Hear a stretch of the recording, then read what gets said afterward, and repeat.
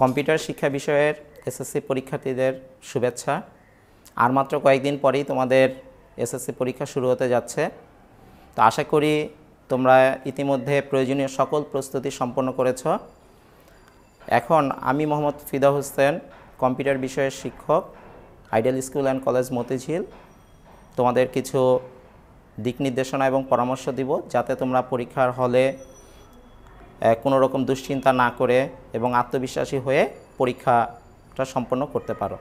Computer শিক্ষা বিষয়ের মানবন্টন এবং সময় তোমাদের প্রত্যেকেরই জানা।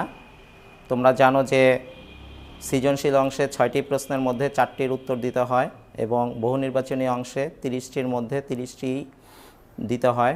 এছাড়াও আরও 30 নম্বরের একটি ব্যবহারিক পরীক্ষা অনুষ্ঠিত হয়। তোমাদের কম্পিউটার শিক্ষা বিষয়ে 10টি অধ্যায় আছে। তো 10টি অধ্যায় থেকে যেহেতু 6টি সৃজনশীল প্রশ্ন আসে, সেক্ষেত্রে তোমাদের ক্ষেত্রে সাজেশন হলো যে তোমাদেরকে প্রত্যেকটি অধ্যায়েই সুন্দরভাবে মনোযোগ দিয়ে পড়তে হবে, কারণ আগে থেকে বলা যায় না যে কোন 6টি অধ্যায় থেকে প্রশ্ন হবে। কম্পিউটার শিক্ষা বিষয়ে ছাত্রছাত্রীদের মধ্যে প্রায়ই দেখা যায় 2টি অধ্যায় সম্পর্কে তাদের ভীতি রয়েছে। তাদের মধ্যে একটি হলো 4র্থ অধ্যায় সংখ্যা পদ্ধতি এবং লজিক গেট, আরেকটি হলো 8ম অধ্যায় কম্পিউটার প্রোগ্রামিং। তো আনন্দের বিষয় এই যে ছাত্রছাত্রীরা যদি এই 2টি অধ্যায়ে একটু বেশি সময় দিয়ে বিষয়বস্তুগুলি আয়ত্ত করার চেষ্টা করে, তাহলে তাদের কাছে এই 2টি অধ্যায় বেশ সহজ বলে মনে হবে। 4র্থ অধ্যায়ের বিভিন্ন সংখ্যা পদ্ধতি সম্পর্কে জানতে হবে এবং বিভিন্ন যে সংখ্যা পদ্ধতিগুলি আছে তাদের মধ্যে এক সংখ্যা পদ্ধতি থেকে আরেক সংখ্যা পদ্ধতিতে রূপান্তর করার যে প্রক্রিয়া, সেগুলি ছাত্রছাত্রীদের জানতে হবে। এবং পরীক্ষায় সাধারণত যেসব রূপান্তরগুলি আসে, আমরা প্রায় সময় বিভিন্ন স্কুল এবং বোর্ডের পরীক্ষা যেগুলি দেখে থাকি, সেগুলি আমি তোমাদের কিছু বোর্ডে দেখাচ্ছি। যেমন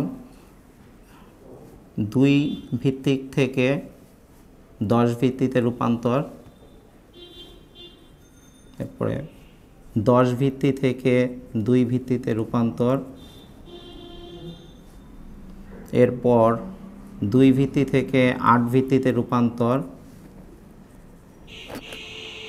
2 ভিত্তি থেকে 16 ভিত্তিতে রূপান্তর।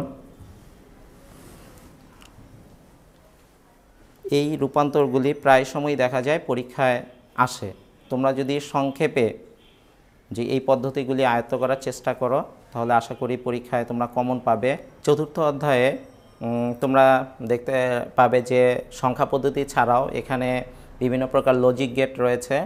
সেই মৌলিক লজিক গেটগুলি জানার চেষ্টা করবে, বিশেষ করে 3 ইনপুট বিশিষ্ট অ্যান্ড গেট, অর গেট, নর গেট, এক্স-অর, এক্স-নর গেট, এগুলির প্রতীকগুলি সঠিকভাবে আঁকার চেষ্টা করবে, কারণ সৃজনশীল প্রশ্নে অনেক সময়ই দেখা যায় যে এইসব প্রতীক দিয়ে প্রশ্ন করা হয় 4র্থ অধ্যায় থেকে।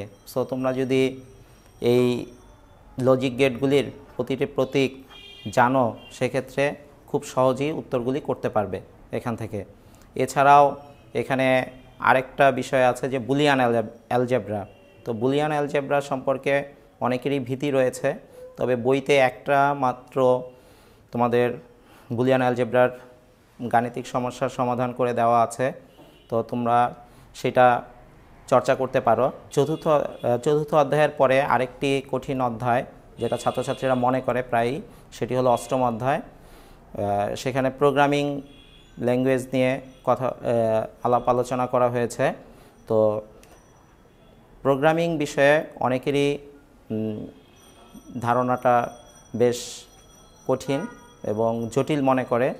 তো আনন্দের বিষয় এই যে যদি প্রাথমিক কম্পিউটার প্রোগ্রামিং বিষয়ে প্রাথমিক যে ধারণাগুলি আছে সেগুলি যদি একজন ছাত্র আয়ত্ত করে নেয়, তাহলে তার পক্ষে এই অধ্যায়ের প্রশ্নের উত্তরগুলি দেওয়া সহজ। যেমন প্রোগ্রামিং কী, প্রোগ্রামিং কত প্রকার ও কি কি, প্রোগ্রাম তৈরি করার সময় কি কি বিষয় মনে রাখতে হয়, প্রোগ্রাম তৈরির সময় যেসব ত্রুটি বিচ্যুতিগুলি হয় সেই বিষয়গুলি জানা, এবং ভিজুয়াল বেসিক প্রোগ্রামিং ল্যাঙ্গুয়েজ ব্যবহার করে ছোটোখাটো প্রোগ্রাম তৈরি করার যদি সে প্র্যাকটিস করে, তাহলে এই অধ্যায়টা অনায়াসেই আয়ত্ত করা সম্ভব।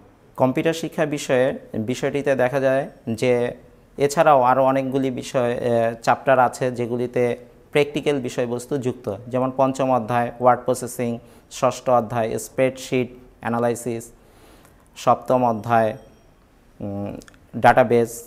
তো এই প্রতিটি বিষয়ই প্র্যাকটিক্যালের সঙ্গে যুক্ত। তো অনেক ক্ষেত্রে আমরা দেখতে পাই পরীক্ষায় যে এসব অধ্যায় থেকে ব্যবহারিক অংশ থেকে প্রশ্ন করা হয়।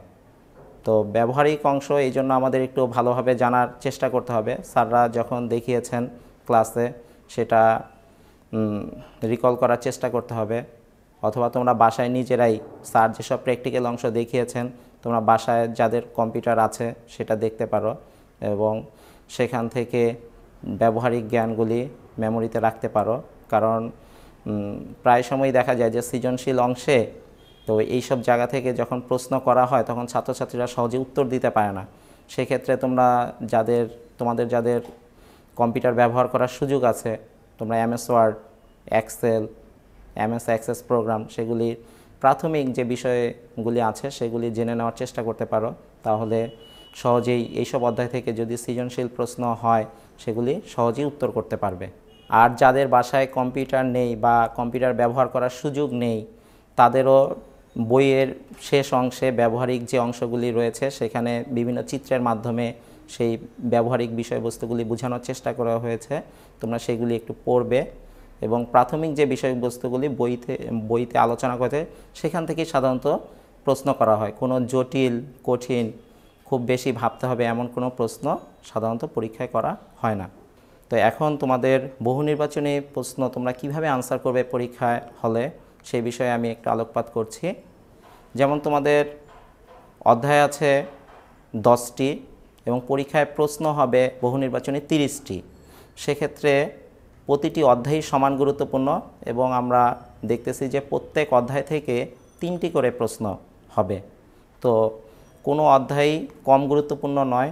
পরীক্ষায় বহু নির্বাচনী অংশে ভালো ফলাফল করার জন্য প্রত্যেকটি অধ্যায় ভালোভাবে পড়ার চেষ্টা করতে হবে, মনোযোগ দিয়ে প্রতিটি লাইন পড়তে হবে, তাহলেই তুমি প্রত্যেকটি প্রশ্নের উত্তর দিতে পারবে।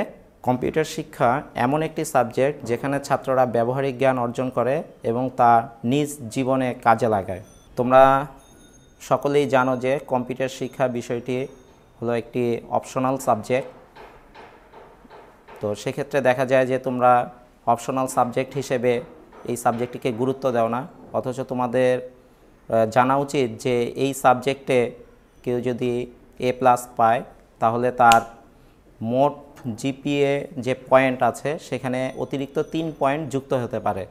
এক্ষেত্রে তার GPA 5 পাওয়ার সম্ভাবনা অনেক ক্ষেত্রেই বেড়ে যায়। আমি আশা করি তোমরা প্রত্যেকেই কম্পিউটার বিষয়ের জ্ঞান জীবনের প্রয়োজনীয় ক্ষেত্রে কাজে লাগাবে এবং কম্পিউটার শিক্ষা বিষয়ে জ্ঞান অর্জনের জন্য অন্যকে পরামর্শ দিবে। এতক্ষণ তোমরা মাধ্যমিক কম্পিউটার শিক্ষা বিষয়ক বিভিন্ন দিক নির্দেশনা শুনলে। আমি বিশ্বাস করি এই দিক নির্দেশনাগুলি তোমরা মেনে চললে পরীক্ষায় অবশ্যই ভালো করবে। তোমাদের কাছে এটাই আমার প্রত্যাশা।